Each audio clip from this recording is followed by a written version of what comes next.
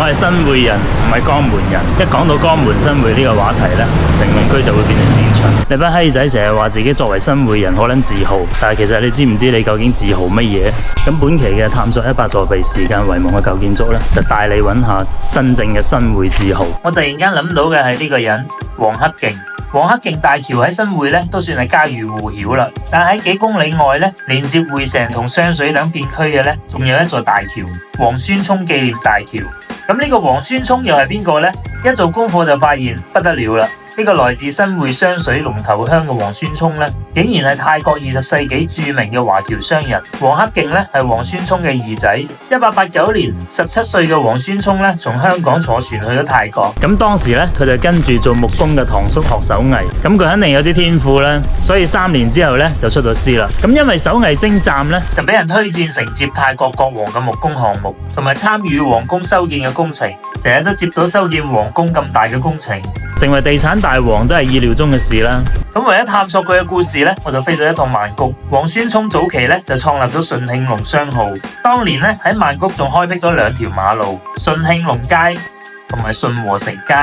咁今日咧我就去唐人街探索一下呢個順慶隆商號仲存唔存在啦。咁順便揾下黃宣聰設計承建嘅當年喺曼谷最高嘅6層樓仲喺唔喺度？由地鐵站出嚟大概100米咧，就有各種老婆餅賣啦。為咗等漂泊喺泰國嘅港府人有個落腳點，有飽飯食。130年前，黃宣聰佢哋呢班熱心人士咧，就創建咗港兆會館。呢度就係黃宣聰有份創建嘅港兆會館。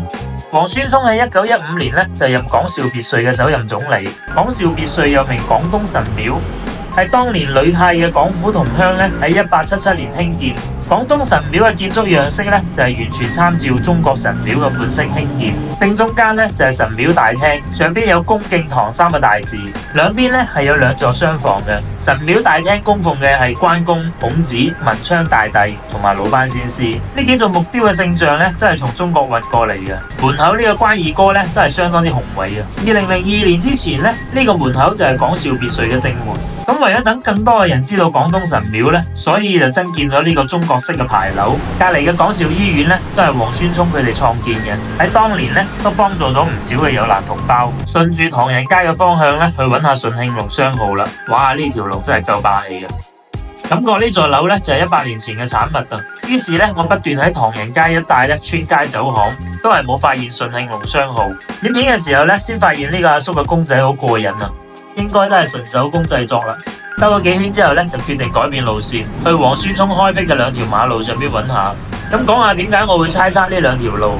泰國華人聚居街道嘅中文名咧，主要就有2種來源，一種咧就係用泰語原名直接音譯，另外一種咧就係華人後邊改嘅新名。順慶隆街嘅英文轉寫咧就係呢個，同高月路嘅英文嘅讀音氛圍咧就非常之接近嘅。順和成街咧同呢條街嘅英文咧都有異曲同工之處啊！好啦，我作唔落去啦。其實咧就係結合唐人街地區嘅位置，淨係揾到呢2條街咧係以 S 開頭，同順慶隆、順和成嘅順字嘅拼音係一致嘅。咁所以咧我就猜測呢2條路就係100年前由黃宣聰開闢嘅道路。你睇呢啲樓完全就係100幾年前嘅樣啊！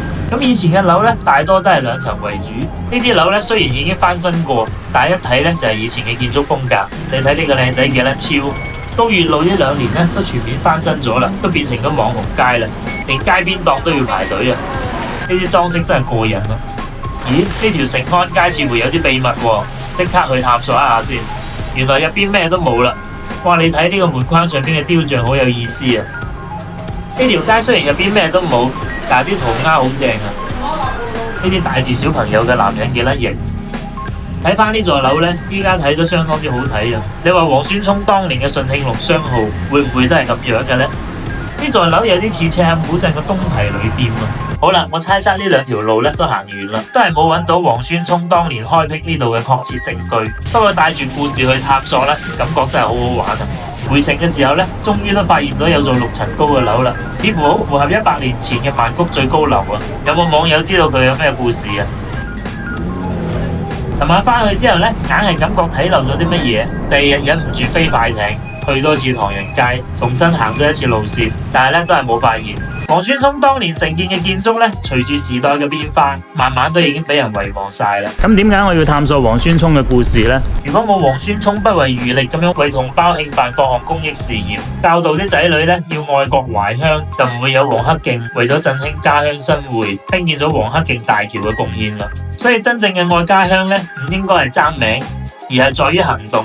新會真正嘅自豪咧，唔單止係有黃克競咁樣捐橋築路嘅仁人志士，更重要嘅係千千萬萬默默建設佢嘅新會人民。好啦，下期咧我哋直落雙水龍頭鄉，睇下有咩新發現啦〜